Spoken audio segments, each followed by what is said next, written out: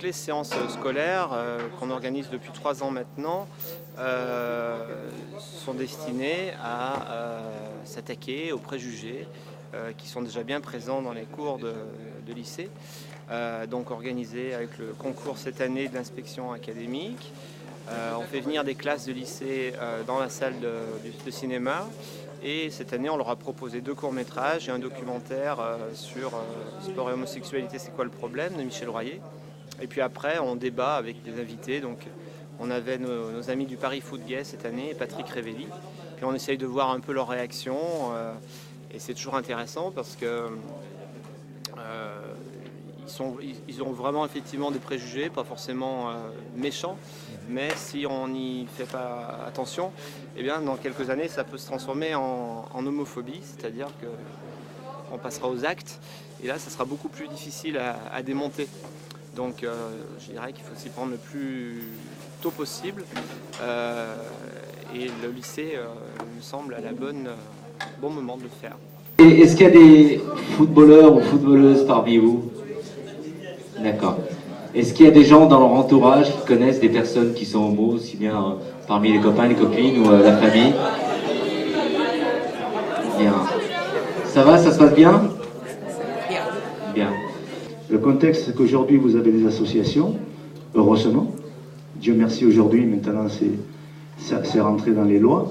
Mais vous remettez 30 ans en arrière, il n'y avait rien. Moi, j'ai connu par la suite Joseph Antoine Bell. Vous savez, quand on lui lançait des bananes sur le terrain, ça ne faisait pas plaisir non plus. Il avait beaucoup d'humour, il les mangeait. Mais croyez-moi que Joseph, il avait les boules. Hein, San Negro, tout ça, je l'ai entendu. Je l'ai entendu sur le terrain, tout ça. Donc, ce que l'on dit aujourd'hui dans les stades, quand le gardien dégage, oui, c'est enculé, je crois qu'aujourd'hui, il y a aussi quelque chose à faire là-dedans. C'est-à-dire, ben, si on ne peut plus le dire, ce sera déjà bien. On va s'y atteler. Je crois que ça commence par vous, parce que vous êtes jeunes. Plus jeunes que ceux qui sont dans les tribunes aujourd'hui, même si vous allez derrière les buts. Moi, personnellement, je compte sur vous parce que vous êtes les supporters de demain. Ça a été long, mais avec cette 6e édition, on arrive à avoir maintenant de nombreux partenaires, notamment institutionnels, qui sont très importants pour nous parce que on a besoin de reconnaissance, hein. Pas seulement de moyens, de budget, mais aussi de reconnaissance, de lieux pour nous accueillir, comme cet office de tourisme qui est un lieu central. Et c'est la première année qu'on le fait ici. L'an dernier, on avait le Zénith de Saint-Étienne pour faire une soirée. Ne vous inquiétez pas, c'est l'activité normale de face à face, il se passe toujours plein de choses. Donc on peut dire qu'aujourd'hui on est effectivement soutenu au niveau local par les politiques à Saint-Étienne. Mais bon, comme je l'ai dit en ouverture, on exigera toujours beaucoup plus parce qu'on est loin d'avoir gagné l'égalité.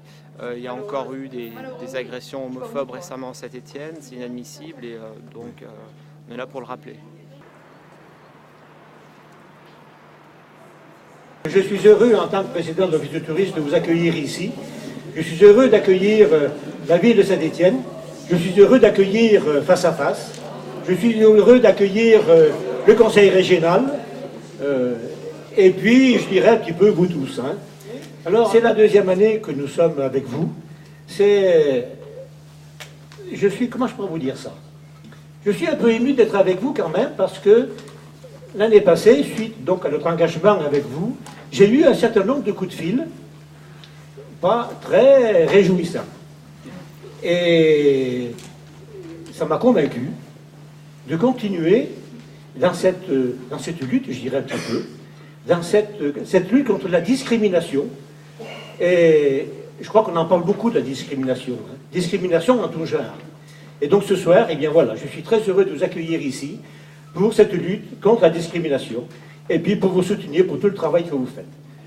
Je suis particulièrement heureux de vous retrouver au sein de l'Office de tourisme de Saint-Étienne Métropole et je remercie d'ailleurs sincèrement Stéphane Devrieux pour son accueil dans cette maison où flotte ce soir et pendant toute la durée du festival le drapeau arc-en-ciel qui est le symbole de la communauté LGBT LGBT, c'est lesbien, gay, bi et trans. Et c'est très important parce que c'est un symbole universel des luttes de cette communauté. Et je crois que c'est la première fois qu'un bâtiment public accepte que ce drapeau figure sur son bâtiment. Donc bravo pour ce courage. Ça existe à Montréal depuis longtemps et dans d'autres grandes métropoles. Mais ce soir, Saint-Étienne est vraiment une grande métropole et je m'en réjouis. Chacune et chacun de ceux qui sont ici peut en être assuré en cas de fait ou pratique discriminatoire pour ce motif d'orientation sexuelle ou un autre motif dans les enceintes et les clubs sportifs de la ville. Ceux qui en sont des victimes trouveront l'équipe municipale à leur côté. Et il est important de dire aussi, à l'instar de mes deux autres collègues élus, combien il est essentiel que les collectivités territoriales continuent plus que jamais à soutenir ces projets, parce qu'il y a au cœur de ces projets, d'abord une démarche d'éducation à la citoyenneté, une démarche de promotion du vivre ensemble, et c'est autour, et c'est à partir de cette démarche d'éducation à la citoyenneté que nous pourrons résolument construire un projet de société qui ne soit pas fondé sur la peur de l'autre, sur l'ignorance et sur la haine de l'autre, parce que je suis convaincue, comme vous, que chacun est légitime à la place qu'il occupe, et quelles que soient ses différences.